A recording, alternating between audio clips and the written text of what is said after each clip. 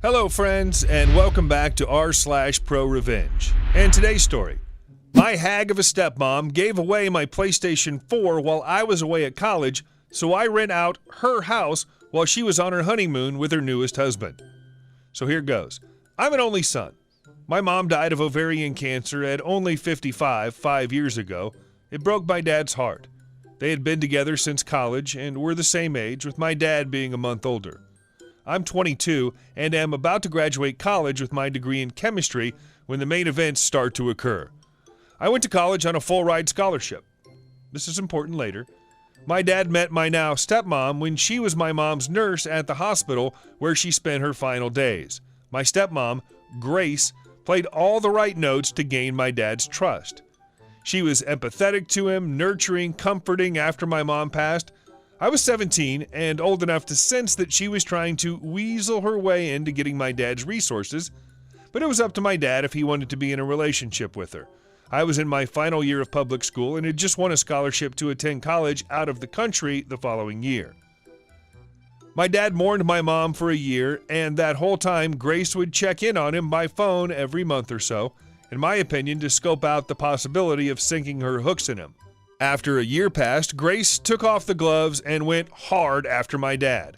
Grace was only 40 when she and my dad started seeing each other. I didn't like her, but at the same time, my dad at least didn't seem so depressed anymore, so I tried to be less pessimistic about her and give her the benefit of the doubt. In my gut, I didn't trust her though.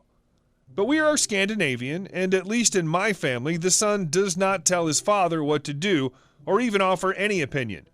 Grace is from the Czech Republic, if you're wondering.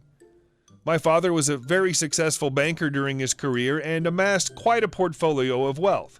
I'll spare you the details, but after 6 months of dating, Grace and my father are married. My dad never really got over my mom, though, and he was getting weaker and weaker even though he was only 57. Since his health was fading, he called me to him and asked me point blank, "Boy, what do you need to set you up in this life?" I told him I didn't need anything. I'm a man and I can take care of myself. But what are you even talking about, Dad? You're going to be around for decades. I did remind him that he had living sisters with children, my aunts and cousins. I also reminded him that I had a full scholarship to college, so don't worry about giving me cash. He was dead only a year later at 59. I, of course, had seen lots of Hollywood movies, so I considered the conspiracy theory that maybe my dad's nurse wife poisoned him and made him sign over all his money to her. But I really honestly do not think that's what happened. Other relatives didn't like Grace either, but they knew my dad was totally in love with my mom and that her death utterly broke him. Well, long story short, my dad bequeathed his 5-bedroom house to me even though I wasn't expecting it and didn't ask for it. He gave a small endowment to each of his sisters and their children. He left about 80% of all his existing money to Grace, which amounted to several hundreds of thousands of dollars. My dad ignored me because he's generous to a fault and still gave me several tens of thousands of dollars, which were of course very useful to me. Grace tried to put on a friendly front, but I could tell she was angry as hell that she didn't get my dad's house too. That belonged to me, and I had the legal papers to prove it. She was especially mad because we live in an extremely upscale and trendy location, and houses are hard to come by and easily sold for massive profit. During the first few months after my dad's death, I had the nauseating, creepy experience of knowing that Grace was trying to feel me out if I might be into a little relationship with her. Gross. She still stayed at the house, though, because over the last 3 years she had gotten used to living there and acting like she owned it, and even though I officially owned it, I was always away at college and only visited my dad's old house once every couple of months, and even then it wasn't to see Grace, but to see my cousins who lived just a few miles away. I downplayed the fact that it was really my house, and over the months I think Grace gradually forgot that she really had no legal right to the house.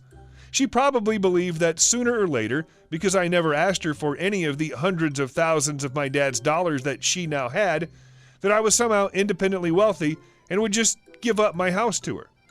I knew I'd eventually hydrogen bomb this bitch, and when she started dating some new guy only 5 months after my dad was in the ground, and one time when I came home from college after graduating, she and her new boyfriend, some sleazy-looking D-bag named Ivan, who was only a few years older than me, were acting like I was a guest in my own house and that they owned it. I played along. Grace told me she gave away my PlayStation 4 to Ivan's cousin because I'm too old to play with video games. I don't even know this MFer, and you give him my PS4 to give away to some other S who I don't know? I quickly changed all my network passwords that same day. I smiled, but I knew what I had to do eventually. She also said that she and Ivan were getting married because I just can't mourn your father forever. I have to move on with life. I tell her that I graduated college and already secured employment with a local firm and will soon find a new place to live. She looks thrilled, especially the part where it looks like I'll soon have a new place to live. Then in a patronizing way, she tells me, "You always have a place in our house, though. You are welcome to stay whenever you please." Thanks, Grace. Really generous of you. What I really say is that I will probably have a new place in a few months. She says that is wonderful because she intends to go to her homeland to have a wedding with Ivan and afterward have her honeymoon. She assures me it's a local affair, otherwise I'd invite you, honey. And anyway, I know you're so busy. I congratulate her. She asked me if I can watch the house for her. Watch my own house? Sure. What I really say is, of course I will take care of the house. I'm careful not to say your house. She and her D-bag fiancé, who I'm 100% sure is there for Grace's money, go on their trip, and I immediately put out advertisements and rental websites offering to lease my house.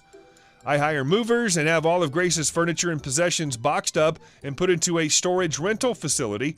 I retain all of my parents' furniture that they had before my dad met Grace. Locks? Changed. All of them. Within days, I'm inundated with dozens of inquiries regarding my amazing, furnished house with fantastic views. I rent it to a wonderful young family, a barrister and his schoolteacher wife and their 2 preteen children. They pay me their first and last month's rent and signed a lease for a year. I warn them about my crazy stepmom who thinks this is her house, but I present them with contact information to my lawyer, the same lawyer my dad retained, in case they need any assurance that I'm on the level. I also give my lawyer the information about the storage facility, including the fact that I generously paid 4 months of storage in advance, which is a whole month longer than Grace's Czech honeymoon adventure. I then found a great apartment in the city near my new place of work. There I met a woman in a restaurant I frequent at night after a long workday. We've been dating for 6 months now, and we are engaged to be married. Grace, of course, tried to shriek and cause trouble when she realized she got kicked out of my house, but my lawyer quickly shut her mouth without me having to ever speak to her garbage face again. From what I hear, her and her trash husband left the country, and I assume they're blowing through my dad's money and will soon be broke, like chavs usually become when they taste a little bit of what they think is the good life. So maybe Grace will go and try to exploit some other lonely man into giving her his money.